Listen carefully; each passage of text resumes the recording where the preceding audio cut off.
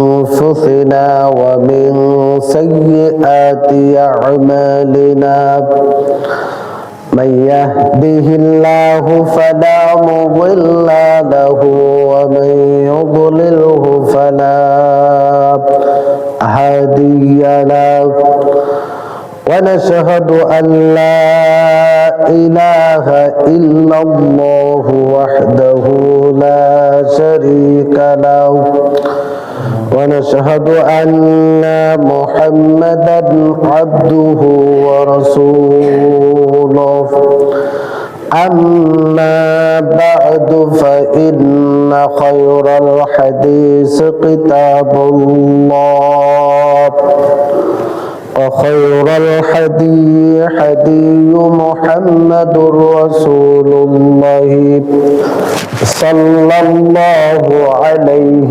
وسلم وشر الأمور محدثاتها وكل محدثات بدعة وكل بدعة ضلالة وكل ضلالة في النار الذي أرسله بالحق بشيرا ونذيرا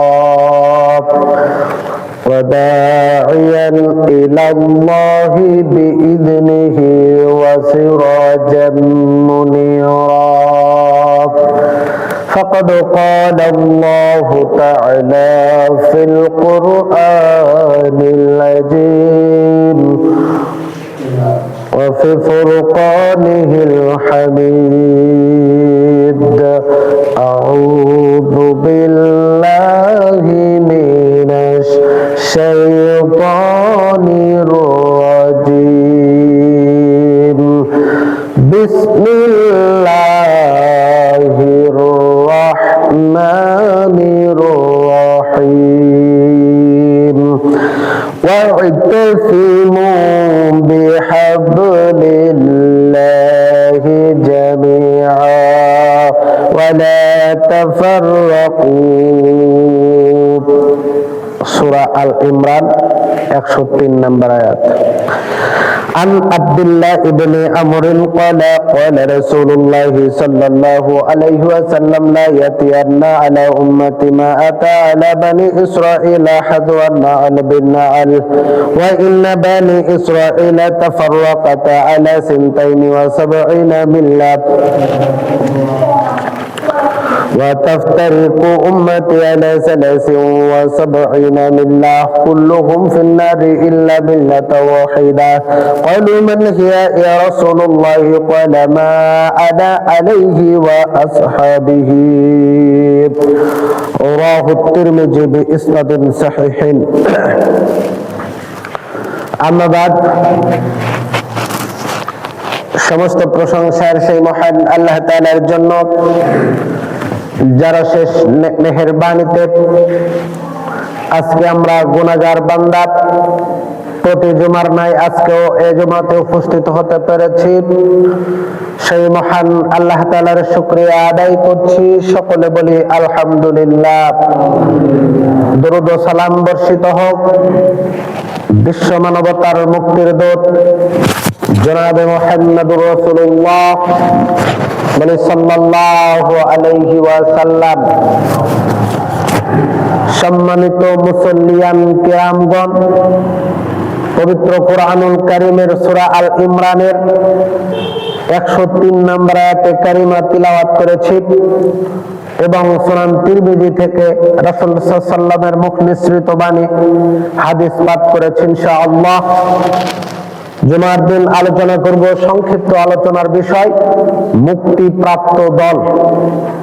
মুক্তিপ্রাপ্ত দল সম্পর্কে গুরুত্বপূর্ণ আলোচনা রাখার চেষ্টা করব ইনশাআল্লাহুল আজিজ।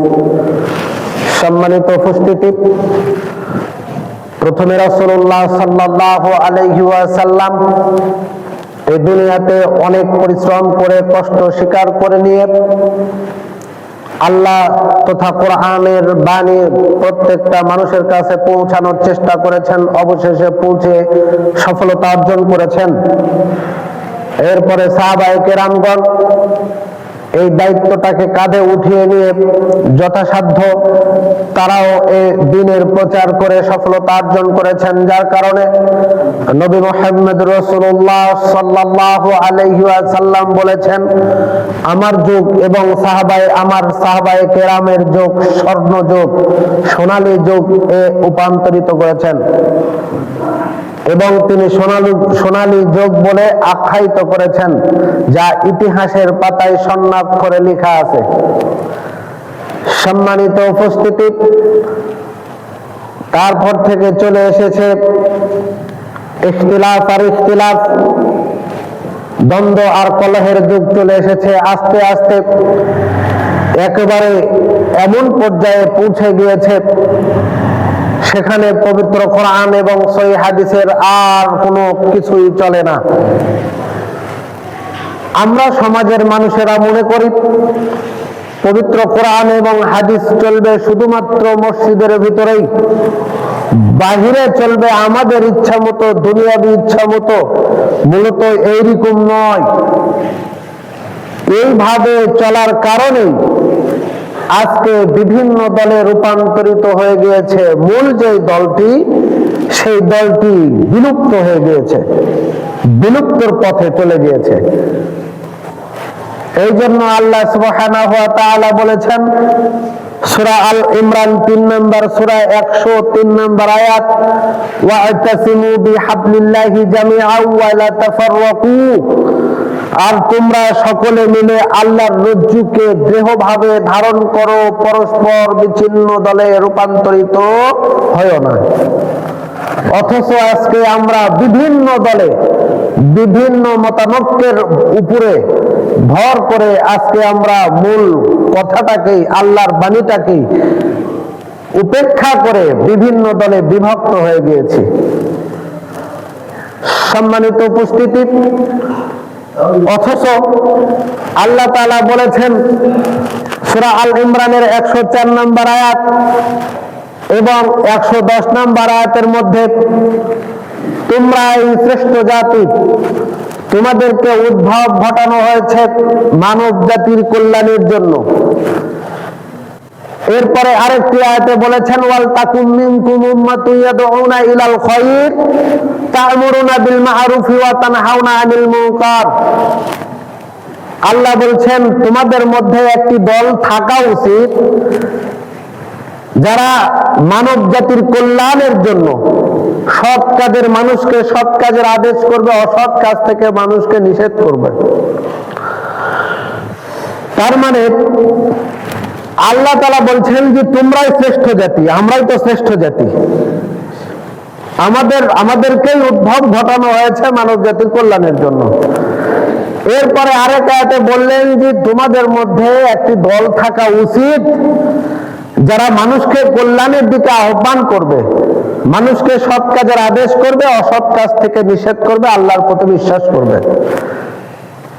হযরত সাওবান রাদিয়াল্লাহু থেকে বর্ণিত, রাসূল সাল্লাল্লাহু আলাইহি ওয়াসাল্লাম বলেছেন, তোমাদের মধ্যে একটি দল হকের উপর চিরদিন বিজয়ী থাকবে, পরিত্যাগকারীরা তাদের কোনো ক্ষতি করতে পারবে না।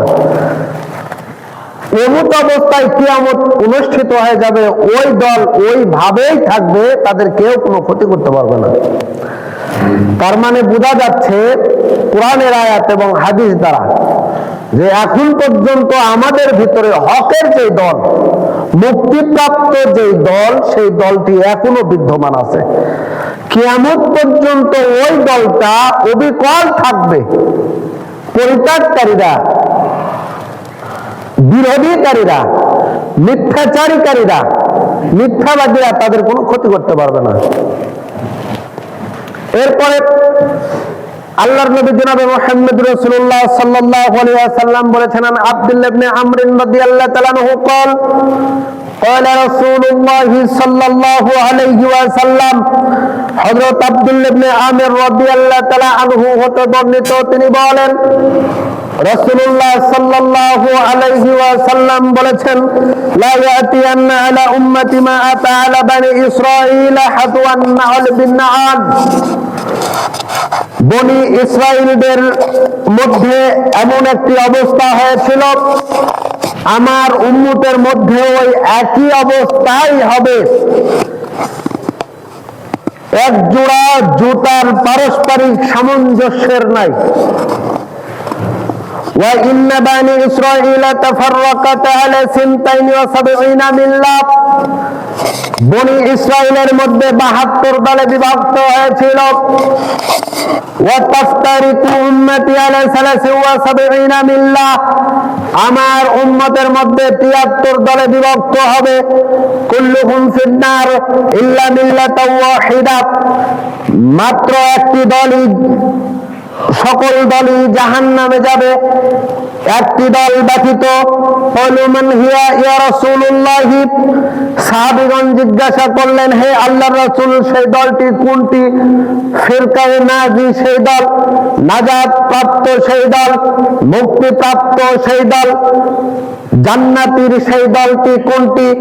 ক্বালা রাসূল সাল্লাল্লাহু আলাইহি ওয়াসাল্লাম বললেন, মা আনা আলাইহি ওয়া আসহাবিহি। আমি ও আমার সাহাবীগণ যার উপরে প্রতিষ্ঠিত, তার উপরে যারা প্রতিষ্ঠিত থাকবে তারাই হবে ফিরকায়ে নাজি দল, তারাই হবে নাজাত প্রাপ্ত দল, তারাই হবে মুক্তি প্রাপ্ত দল, তারাই হবে জান্নাতি দল। বলি আলহামদুলিল্লাহ। তার মানে আল্লাহর নবী বলে গিয়েছেন যে বনি ইসরাইলের মধ্যে হয়েছিল 72টি দলে অন্তর্ভুক্ত, আমার উম্মতদের মধ্যে হবে 73 দলে অন্তর্ভুক্ত। একটি দল ব্যতীত সকল দলই জাহান্নামে যাবে, একটি দল মাত্র মুক্তি লাভ করবে, একটি মাত্র নাজাত পাবে, একটি হবে ফিরকায়ে নাজি, একটি হবে জান্নাতি দল। আর সেই দল হচ্ছে সেই দল, তারাই যারা আমি এবং আমার সাহাবাগণ যেই দলের উপরে, যার উপরে প্রতিষ্ঠিত আছি, তার উপরে যারা প্রতিষ্ঠিত থাকবে তারাই হবে মুক্তিপ্রাপ্ত ফিরকায়ে নাজি দল। আপনি এই হাদিসটি পাবেন সুনান তিরমিজি 2641 নম্বরের হাদিস। সুনান তিরমিজি 2641 নম্বর হাদিস। সম্মানিত উপস্থিতি, এখন আসি সেই হকপন্থী, সেই নাজাত প্রাপ্ত দলটি কোনটি? ইমাম বুখারীর উস্তাদ, যিনি বুখারী, সহিহুল বুখারী হাদিস সম্পাদন করে গিয়েছেন, বিশুদ্ধ কিতাব পবিত্র কুরআনুল কারীমের পরে পৃথিবীর বুকে একমাত্র শ্রেষ্ঠ বিশুদ্ধ কিতাব সহিহুল বুখারী। এই সহিহুল বুখারী, ইমাম বুখারী রাহিমাহুল্লাহ এর উস্তাদ আলী ইবনে মাদিনী তিনি বলে গিয়েছেন, হুম আহলুল হাদিস ওয়াল্লাযীনা ইয়াতাআহাদুনা মাযাহিবুর রাসূল ওয়া ইয়াযুব্বুনা আনিল ইলম। উক্ত নাজাত প্রাপ্ত দল হলো আহলুল হাদিস জামাত, যারা রাসূলের বিধান সমূহের হেফাজত করে ও তার ইলম অনুযায়ী কোরআন ও হাদিসের পক্ষে প্রতিরোধ করে।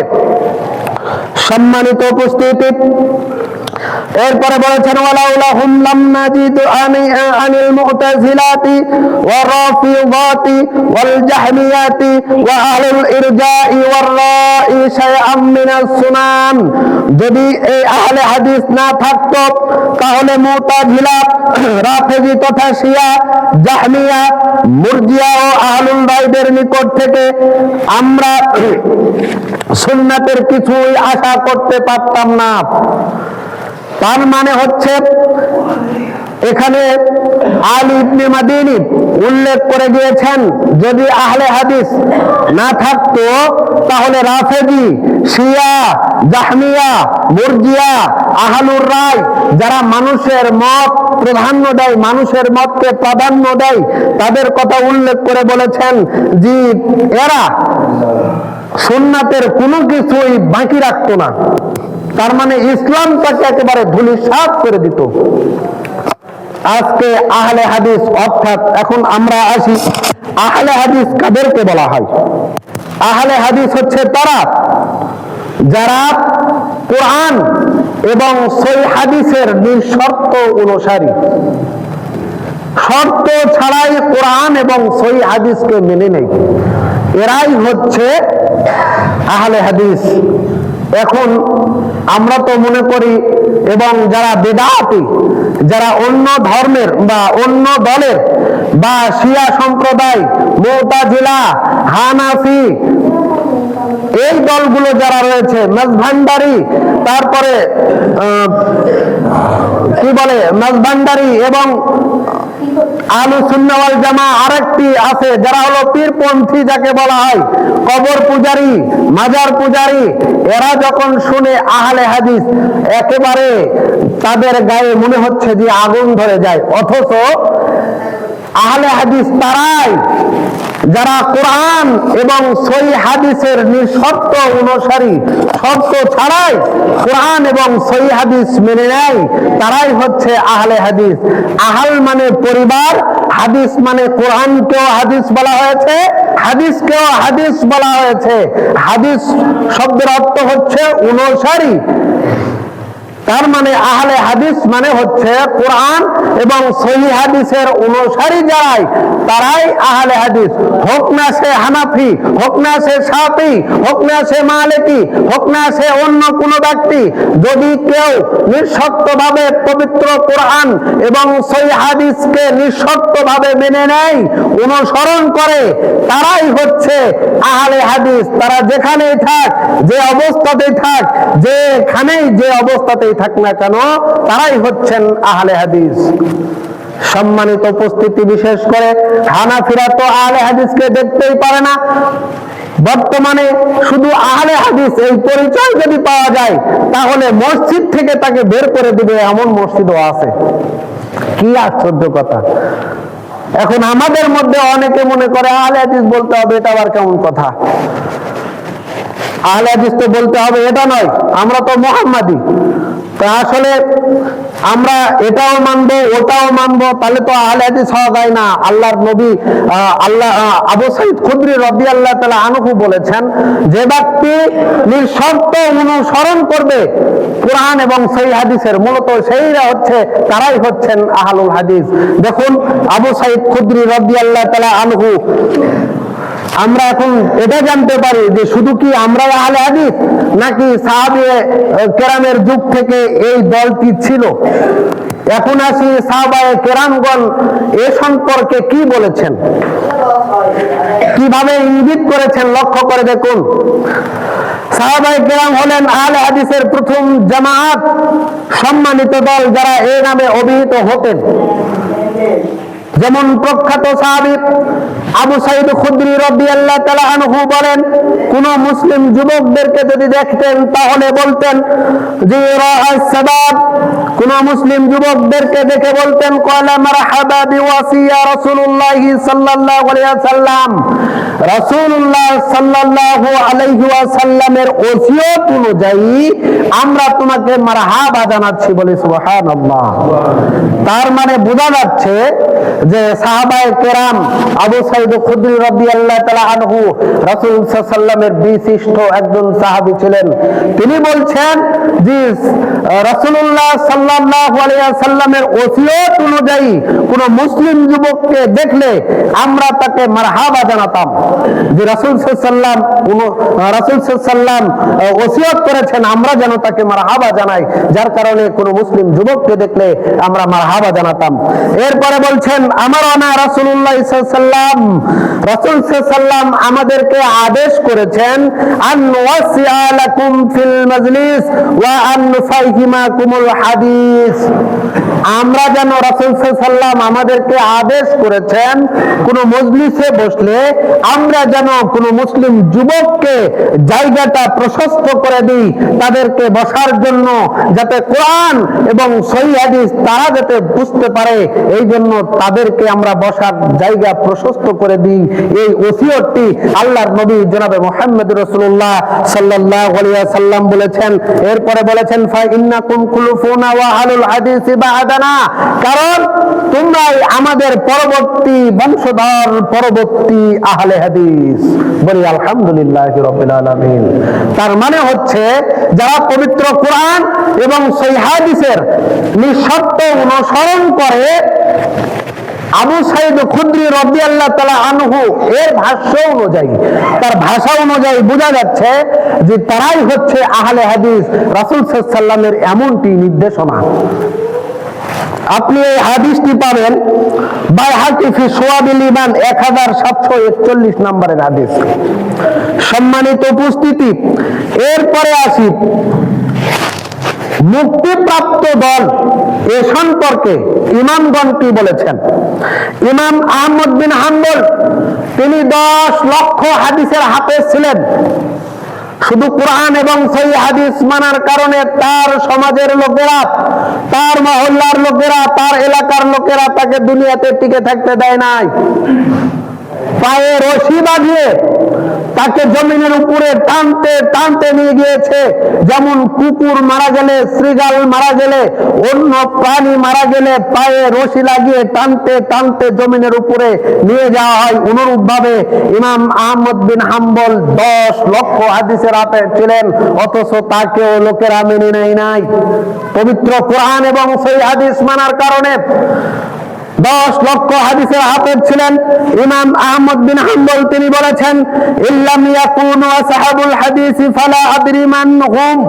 তারা যদি আহলে হাদিস না হয়, মুক্তিপ্রাপ্ত দল এই জমিনের উপরে আহলে হাদিস যারা নিঃশর্তভাবে কোরআন এবং সহিহ হাদিস মেনে নেয়, তারা যদি মুক্তিপ্রাপ্ত দল না হয়, তাহলে আমি জানি না এই জমিনের উপরে মুক্তিপ্রাপ্ত দল কোনটি। ইমাম আহমদ বিন হাম্বল বলছেন যে মুক্তিপ্রাপ্ত দল আহলে হাদিস, হাদিস এবং কোরআন যারা অনুসরণ করে তারা হচ্ছে আহলে হাদিস। এই আহলে হাদিস যদি মুক্তিপ্রাপ্ত দল, নাজাতি দল, ফিরকায়ে নাজি, জান্নাতি দল যদি না হয় এই জমিনের উপরে, তাহলে আমি জানি না সেই দলটি কোন দল। ফাতহুল বারি 306 নম্বর পৃষ্ঠা, সিলসিলায়ে সহিহা হাদিস নাম্বার 270। সম্মানিত উপস্থিতি, গুরুত্বপূর্ণ বিষয়। এরপরে ইমাম আহমদ আরো বলেছেন, লাইসা কাউমুন ইনদি খায়রুম মিন আহলিল হাদিস লা ইয়ারিফুনা ইল্লাল হাদিস। আহলে হাদিসের চেয়ে উত্তম কোন দল আমার কাছে নেই। তারা হাদিস ছাড়া অন্য কিছুই বুঝে না, কোরআন এবং হাদিস ছাড়া তারা অন্য কিছুই বুঝে না। এখন আপনাকে যদি বলা হয় যে হাদিস, কোরআন এবং হাদিস ছাড়া একটি বিধান মেনে নিতে হবে, আপনি মেনে নিতে রাজি আছেন? মেনে নেবেন? তার মানে আপনি কোরআন এবং হাদিসকে নিঃশর্তভাবে অনুসরণ করেন, মানে আপনি আহলুল হাদিস। মানুষের কাছে আপনার পরিচয় আহলে হাদিস, এইটা দিতে আপনার লজ্জা কোথায়? সম্মানিত উপস্থিতি, এরপরে আসুন উক্ত নাজি ফিরকা সম্পর্কে। ইমাম শাফিঈ রাহিমাহুল্লাহ, যিনি 150 হিজরিতে জন্মগ্রহণ করেছেন আর 204 হিজরিতে দুনিয়া থেকে বিদায় নিয়েছেন, ইমাম শাফিঈ তিনি বলেছেন, ইজা রাআইতু রাজুলাম মিনা সাহাবিল হাদিস ফাকাআন্নী রাআইতুন নবী সাল্লাল্লাহু আলাইহি ওয়াসাল্লাম হাইয়া। যখন আমি কোন আহলে হাদিসকে দেখি, তখন যেন আমি স্বয়ং নবী মুহাম্মদ রাসূলুল্লাহ সাল্লাল্লাহু আলাইহি ওয়াসাল্লামকে জীবন্ত দেখতে পাই। বলি সুবহানাল্লাহ বিহামদিহি। তার মানে এই আবেগপূর্ণ বাক্য প্রয়োগ যে করেছেন আপনাদের জন্য, আমাদের জন্য, কেন? কারণ রাসূলুল্লাহ সাল্লাল্লাহু আলাইহি ওয়াসাল্লামকে কাফের মুশরিকরা কত শর্ত দিয়েছে, তথাপি তার নিকট থেকে, ইসলাম থেকে এক চুল পরিমাণ সরাতে পারে নাই।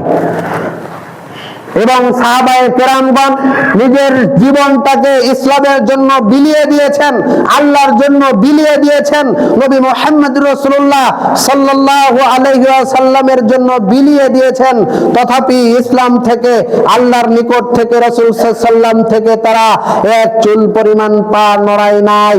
যার কারণে এমন আবেগপূর্ণ, আবেগ ঘনপূর্ণ বাক্য শাফিঈ রাহিমাহুল্লাহ প্রয়োগ করেছেন যে যখন আমি কোন আহলে হাদিসকে দেখি, কারণ তারা নিঃশর্তভাবে কোরআন এবং সহিহ হাদিসের উপর আমল করে, এরা হাদিস ছাড়া কিছু বোঝে না, কোরআন ছাড়া কিছু বোঝে না। তাই তো তিনি বলেছেন যে আমি যখন কোন আহলে হাদিসকে দেখি, কোরআন এবং হাদিসের অনুসারীকে দেখি, তখন যেন আমি স্বয়ং নবী মুহাম্মদ রাসূলুল্লাহ সাল্লাল্লাহু আলাইহি ওয়াসাল্লামকে জীবন্তই দেখতে পাই। এরপরে ইমাম আবু হানিফা রাহিমাহুল্লাহর প্রধান শিষ্য ইমাম আবু ইউসুফ রাহিমাহুল্লাহ একদা তার দরবারে উচ্চ স্বরে উল্লাসিত অবস্থায় বললেন, মা আলাল আরদি খায়রুম মিনহুম, ভূপৃষ্ঠে আহলে হাদিস কোরআন এবং সহিহ হাদিসের অনুসারীর চেয়ে উত্তম আর কেউ এই দুনিয়াতে নেই। এরপরে ইমাম আবু দাউদ রাহিমাহুল্লাহ তিনি বলেছেন যে লাউলা হাযিহিল ইসাবাতু লান দাসাল ইসলাম, ইয়ানি আসহাবুল হাদিস, আহলে হাদিস যদি এই দুনিয়াতে না থাকতো তাহলে ইসলাম দুনিয়া থেকে মিটে যেত। আহলে হাদিস অর্থাৎ কোরআন এবং সহিহ হাদিস যারা অনুসরণ করে তারা যদি এই দুনিয়াতে না থাকতো তাহলে ইসলাম এই দুনিয়া থেকেই মিটে যেত, হারিয়ে যেত। সম্মানিত উপস্থিতি, তাহলে কত বড় কথা বলেছেন। সম্মানিত উপস্থিতি, এরপরে খলিফা হারুন রশিদ তিনি বলছেন, তিনি বলছেন যে তালাবুতুল্লাহ আরবাআতু ফাওয়াজাতুহা ফি আরবা, আমি মুসলমানের 4টি দলকে বেছে নিলাম 4টি বস্তু খোঁজার জন্য। আমি মুসলমানের 4টি দলকে খুঁজে নিলাম। এই 4টি দলের মধ্যে তালাবতুল কুফরা ফাওয়াজাতুহু ফিল জাহমিয়া, আমি কুফরি সন্ধান করেছি অতঃপর পেয়েছি জাহমিয়া। এদের মধ্যে জাহমিয়া একটি দল, এই দলদের মধ্যে আমি কুফরি পেয়েছি, মানে অবিশ্বাসী পেয়েছি, অস্বীকার করা পেয়েছি। যারা জাহমিয়া তারা শুধুমাত্র আল্লাহর কালাম রাসূলের হাদিসকে অস্বীকার করত, নিজের রায় অনুযায়ী নিজের মতবাদ অনুযায়ী তারা নিজের জীবনটাকে পরিচালিত করত। এই জন্য খলিফা হারুন রশিদ তিনি বলছেন আমি 4টি দল বেছে নিয়েছি। বেছে নেওয়ার পর 4টি দলের মধ্যে খোঁজ করে দেখলাম এই 4টি দলের মধ্যে আমি 4টি জিনিস পেয়েছি, 4টি বস্তু পেয়েছি। তার মধ্যে একটি হচ্ছে আমি কুফরি খোঁজ করলাম, খোঁজ করতে করতে দেখি জাহমিয়ার মধ্যে আমি এই সন্ধান পেয়ে গেলাম। এরপরে বলছেন ওয়া তালাবতুল কালাম ওয়া শাগাবা ফাওয়াজাতুহু ফিল মুতাজিলা, কুতর্ক ও ঝগড়া আমি মুতাজিলার মধ্যে খোঁজ করলাম, দেখলাম শুধু তর্ক বিতর্ক আর অশ্লীল বাক্যারিতায় পরিপূর্ণ তাদের ভিতরে। এরপরে বলছেন ওয়া তালাবতুল কিযবা ফাওয়াজাতুহু ইনদার রাফিযা, মিথ্যা খুঁজেছি ও সেটি পেয়েছি রাফিজি অর্থাৎ শিয়াদের ভিতরে। শিয়া যারা তাদের ভিতরে পেয়েছি, যারা নবী মুহাম্মদ রাসূলুল্লাহ সাল্লাল্লাহু আলাইহি ওয়াসাল্লামকে নবী হিসেবে মানেন কিন্তু শেষ নবী হিসেবে খতামুন নবিয়্যিন, এই খতামুন নবিয়্যিন হিসেবে তারা মেনে নেয় না। তাদের অবিশ্বাস, তাদের বিশ্বাস যে মুহাম্মাদের পরে আরো নবী আসবেন, যার কারণে তারা স্পষ্ট কাফের। সম্মানিত উপস্থিতি, এরপরে ওয়াতালাবতুল হক ফাওয়াজাতুহু মা আসহাবিল হাদিস, আমি হক খুঁজেছি, এই হকের সন্ধান পেয়েছি আসহাবিল হাদিস অর্থাৎ আহলে হাদিসদের মধ্যে, মারফু আসহাবিল হাদিস। সম্মানিত উপস্থিতি, সুতরাং পবিত্র কোরআন এবং সহিহ হাদিসের নিঃশর্ত অনুসরণ যারা করে বর্তমান তারাই হচ্ছেন আহলুল হাদিস। বড় পীর আব্দুল কাদের জিলানী রাহিমাহুল্লাহ যাকে নিয়ে আমরা প্রত্যেক ইমামদেরকে, প্রত্যেক বড় আলেমদেরকে সম্মান করি, শ্রদ্ধা করি, কিন্তু তাদের নামে মিথ্যে কোনো কথা তাদের গায়ে আমরা লাগাতে চাই না। অথচ এ বাংলার জমিনে এমন একটি দল আছে, এমন একটি বিশ্বাসী মানুষ আছে যারা বলে আব্দুল কাদের জিলানী নাকি মায়ের পেটে থাকতে 18 পারা কোরআনের হাফেজ হয়ে দুনিয়াতে এসেছিলেন। আমরা কি বিশ্বাস করি? মায়ের পেটে 18 পারা কোরআন মুখস্থ করে এই জমিনে এসেছে, তার নাম হচ্ছেন আব্দুল কাদের জিলানী। একেবারে টাটকা মিথ্যা কথা। এমন বিশ্বাস যদি থাকে তাহলে তার ঈমান কোথায়? শুধু তাই নয়, আব্দুল কাদের জিলানী যখন মায়ের পেটে ছিলেন তখন একটি বিশ্বাস, যখন একটি ফকির ভিক্ষা করতে আসলো তখন তার মার হাতটা ধরেছিলেন আব্দুল কাদের জিলানী, মায়ের পেট থেকে বের হয়ে এসে ওই ভিক্ষুকের হাত থেকে তার মাকে রক্ষা করে আবার তিনি মায়ের পেটে চলে গিয়েছেন। শুনেছেন কি আপনারা এই ঘটনা? একেবারে ডাহা মিথ্যা কথা, টাটকা মিথ্যা কথা, জালিয়াতি কথা। সম্মানিত উপস্থিতি, আমরা আলেমদেরকে শ্রদ্ধা করি, আলেমদেরকে সম্মান করি, সম্মানের সাথে তাদের নামের পরে রাহিমাহুল্লাহ যোগ করি, তাদের জন্য দোয়া করি। রাহিমাহুল্লাহ মানে আল্লাহ তাআলা আপনার উপর রহম দান করুন, আপনার উপরে দয়া করুন, আপনাকে রহম করুন।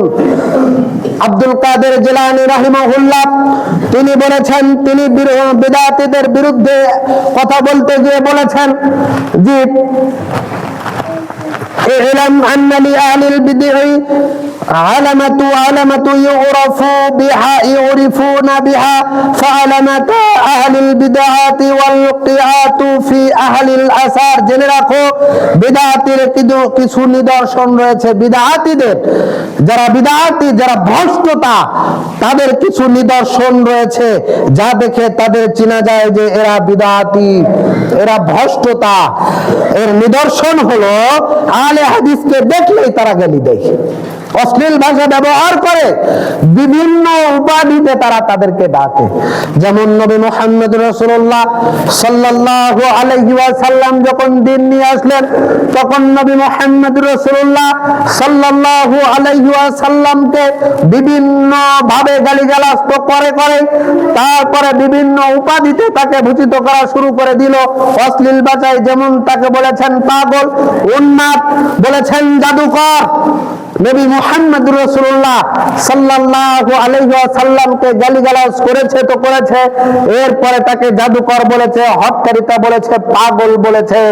সম্মানিত উপস্থিতি, বর্তমান আহলে হাদিস যারা করেন, যারা আহলে হাদিস অর্থাৎ কোরআন এবং সহিহ হাদিসের উপরে নিঃশর্তভাবে অটল থাকার চেষ্টা করেন, পবিত্র কোরআন এবং সহিহ হাদিসের উপরে যারা থাকেন, আপনারাই লক্ষ্য করে দেখবেন তাদেরকে অন্যান্য যারা, বিশেষ করে যারা হানাফি রয়েছে, যারা পীরপন্থী রয়েছে, মাজারপন্থী রয়েছে, তারা আপনাকে যখন শুনবে আপনি আহলে হাদিসের মানুষ, আপনাকে গালিগালাজ করবে, আপনাকে পাগল বলবে, আপনাকে নাস্তিকবাদ বলবে, আপনাকে বলবে কাফেরদের রেজেন্ট, আপনাকে বলবে শিয়াদের রেজেন্ট, আপনাকে বলবে টাকা খেয়ে আপনি আহলে হাদিস করেন।